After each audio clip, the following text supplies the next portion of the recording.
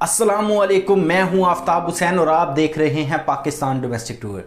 जैसा कि दुनिया में हर इंसान अपनी ज़िंदगी की मसरूफियात में इतना मसरूफ़ है कि वो अपने लिए वक्त नहीं निकाल पा रहा, और जब इंसान अपने लिए वक्त नहीं निकाल पाता तो इसका असर उसकी इंसानी सेहत पर होता है, जिससे इंसान की सेहत भी ख़राब होती है और उसका माइंड भी फ्रेश नहीं रहता।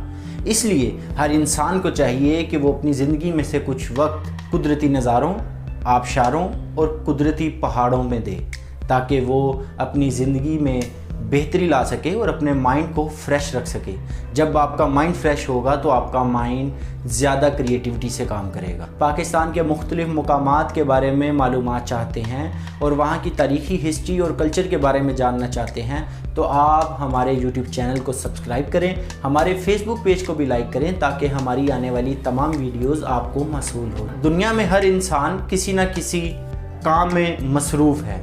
कुछ लोग अपने कारोबार में मसरूफ़ हैं, कुछ लोग अपनी जॉब्स को स्टेबल कर रहे हैं और कुछ लोग अपनी स्टडी को टाइम देते हैं। इसी तरह एक टाइम होता है कि जब इंसान का माइंड एक लेवल तक काम करता है और फिर उसका माइंड बोरिंग मूड में चला जाता है।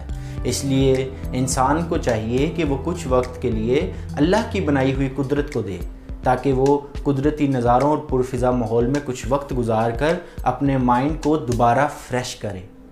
आज की ये वीडियो का मकसद ये अवेयरनेस देना है कि अगर आप किसी भी सियाहती मुकाम को विज़िट करने जाएं तो वहाँ की कल्चर और वहाँ के हेरिटेज और वहाँ के बारे में मालूमात आपको होनी चाहिए।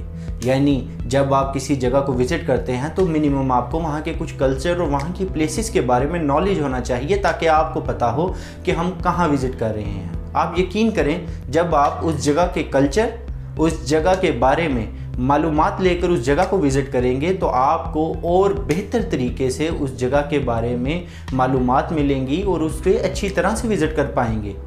अब आपके माइंड में ये भी क्वेश्चन होगा कि आखिर हम ये तमाम इन्फॉर्मेशन, तमाम चीज़ें कहाँ से लें, कहाँ से इसको रीड करें। तो Pakistan domestic tour has aim to promote tourism in Pakistan, और हम आपको पाकिस्तान के तमाम सियाहती मुकामात के बारे में, वहाँ के हिस्टोरिकल, वहाँ के कल्चर के बारे में इंफॉर्मेशन प्रोवाइड करेंगे। आप हमारे यूट्यूब चैनल को भी सब्सक्राइब कर सकते हैं और साथ हमारे फेसबुक पेज को भी लाइक कर सकते हैं, ताकि आपको पाकिस्तान के तमाम सियाहती मुकामात के बारे में मालूमात फराहम हो सके। आज हम आपको जिस जगह के बारे में बताने जा रहे हैं वो पाकिस्तान का स्विट्ज़रलैंड कहलाए जाने वाला एरिया है। वहाँ पर मौजूद ये वो जगह है जहाँ पे हज़ारों सयाह हर साल सियाहत के लिए आते हैं। आज हम आपको बताएंगे सवात के मरगज़ार में वाक़या वाइट पैलेस के बारे में। जैसा कि हज़ारों सयाह वाइट पैलेस का विज़िट कर चुके होंगे और कुछ करने की उम्मीद रखते होंगे, आज हम वाइट पैलेस की आपको तारीख़ और इस वक्त वहाँ पर क्या सिचुएशन है इसके बारे में बताएंगे। वाइट पैलेस को 1940 में सवात के पहले बादशाह मियाँ अब्दुल वदूद ने तामीर करवाया। इसको तामीर करवाने का मकसद उनका ये था कि उन्होंने 1935 में मरगज़ार को विज़िट किया और यहाँ पर इसकी ग्रीनरी से इतने मुतासिर हुए कि उन्होंने अपनी फैमिली के लिए यहाँ पर एक समर रिजॉर्ट कायम करने का इरादा किया।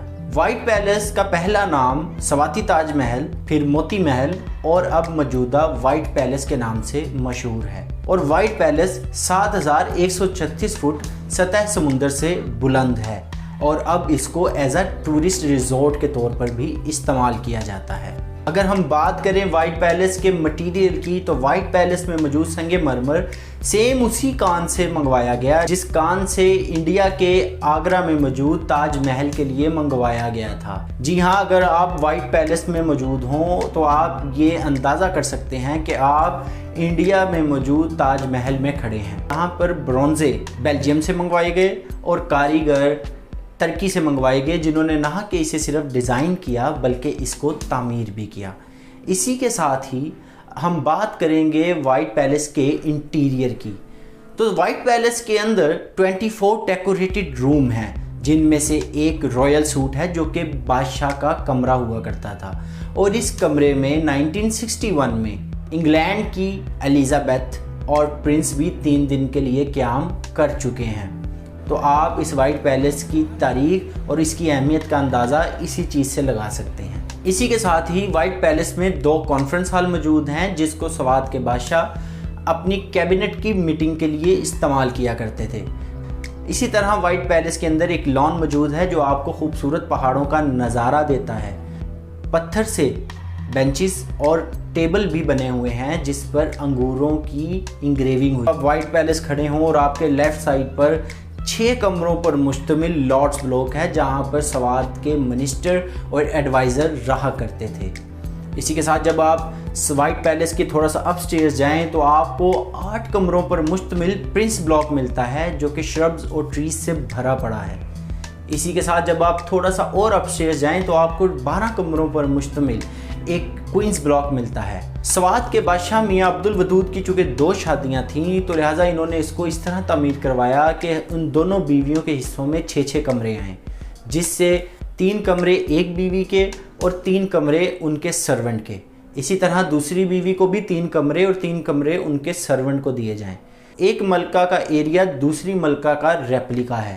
آپ کی انفارمیشن میں تھوڑا سا اور اضافہ کیے جاتے ہیں کہ اگر آپ وائٹ پیلس جائیں تو وہاں پر آپ کو ایک 4 گھنٹے کی ٹریکنگ بھی ملتی ہے جو کہ آپ کو ایک مقام کوہ ایلم پر لے جاتی ہے۔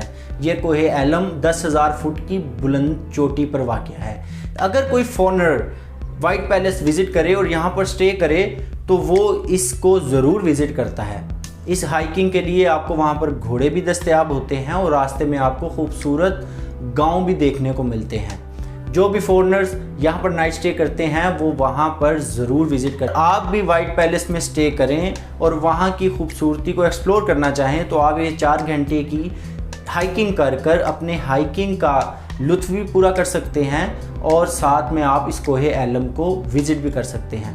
وہاں پر ایک تالاب بھی موجود ہے، لہٰذا یہ کوہ ایلم بدھسٹ اور ہندوؤں کے لیے مقدس مقام ہے، اس لیے یہاں پر زیادہ تر چائنیز اور ہندو وزٹ کرتے ہیں۔ 200 سال پرانا ایک درخت بھی موجود ہے جو کہ چنار کا ہے اور یہ اب ٹورسٹ کے لیے ایک شیلٹر کا کام کرتا ہے۔ اگر آپ وائٹ پیلس کے اندر داخل ہوں تو آپ کو سفید رنگ کی بلڈنگ سلام پیش کرتی ہے اور اس کے پیچھے ہی آپ کو بلند و بالا پہاڑ نظر آتے ہیں جو آپ کے وزٹ کا مزہ دوبالا کر دیتے ہیں۔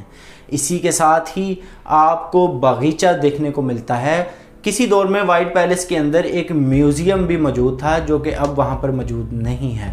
2010 میں سیلاب آنے کی وجہ سے اس میوزیم کو اسلام آباد منتقل کر دیا گیا اور اب تک واپس نہیں لا سکے۔ جی تو ناظرین، یہ تھی وائٹ پیلس کے بارے میں کچھ تاریخی معلومات اور وہاں کی ماحول کے بارے میں آپ کو آگاہ کرنا۔ اگر آپ اسی طرح پاکستان کے مختلف مقامات کے بارے میں معلومات چاہتے ہیں اور وہاں کی تاریخی ہسٹری اور کلچر کے بارے میں جاننا چاہتے ہیں تو آپ ہمارے یوٹیوب چینل کو سبسکرائب کریں، ہمارے فیس بک پیج کو بھی لائک کریں تاکہ ہماری آنے والی تمام ویڈیوز آپ کو موصول ہوں۔